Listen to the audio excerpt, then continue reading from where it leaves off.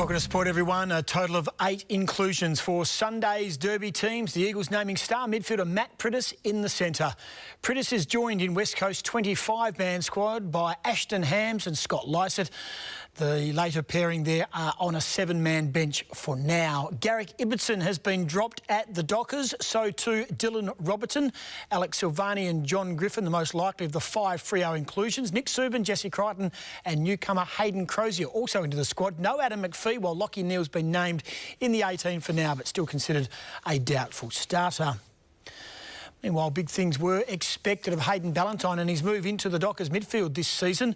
And while there's been calls for his return to Freo's forward line, it appears the coach is set in his ways. A proven pocket dynamo thrust into the midfield, adding pace and creativity. And it seems Hayden Ballantyne will be staying put, despite just 12 possessions in each of his last 2 games. Will I? Yeah, I'm a pretty persistent person. Yeah, so I'll stick with what I believe in, and he'll go through the midfield and he'll play in the forward line. The only spot I haven't tried him is in the back line, but, you know, Kevin Sheedy was all about flexibility in his great team, so we want to build a great team. The Dockers goal sneak so close to being the hero in last year's pulsating round 18 derby. As a kid, you always grow up thinking you kick a goal after siren to win the game, and, you know, it didn't happen. Get over it, and got him again this week. I'd love to have it again. I'd aim for the left goal post and it'll probably go through.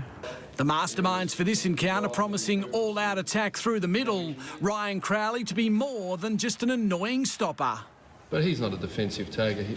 He works off as well. He's kicked a number of goals. Daniel Kerr considered his likely targets. Daniel doesn't think his form warrants it, but I don't think that's Daniel's call either. The ruck duel, star-studded. As good of ruck talent on the field this week as I think you'll ever see. The Eagles, the team to beat, sitting top of the table. Ross Lyon says he hasn't paid too much attention to them in the first 8 weeks, but that seems hard to believe. Well, their number 1 attack at the moment, spread of goal kickers of 12. You know, best scoring team from Sculpey, 7 a week, defending pretty well 4 against. You know, lots of kicks, real kicking team, really skillful, and have a strong press and like to put it in deep. So Freo needing every ounce of purple passion in just another game. So wherever you are, be as loud and proud as you can. Don't hold back. If there's yellow and blue around you, just give them heaps, and we'll be doing the same out in the field. Lockie Reid, 10 News. Not only will John Worsfold break Mick Malthouse's games coach record at the Eagles on Sunday, he's also going head-to-head with yet another Dockers coach. After seeing off Chris Connolly and Mark Harvey, Worsfold and Ross Lyon will do battle in a derby for the first time. Young and unaffected, Ross Lyon and John Worsfold were in cahoots at Carlton as fresh-faced assistants. A decade on and across the country, no one could have predicted they'd be facing off in a derby. Would you say you're friends? what defines a friend? Yeah, I would, yeah. You agree? Yeah, we're friends. Yeah, certainly, yeah. The usual mind games were missing as both coaches opened up on teams and tactics. And while in the past Worsfold has watched on as Connolly and Harvey hammed up the theatrics, the Eagles boss today joined in, disowning his former 2IC Peter Sumich. Obviously, Peter and John are really close, so, you know. Well, in a professional sense, I I'm saying we were. Yeah, I were.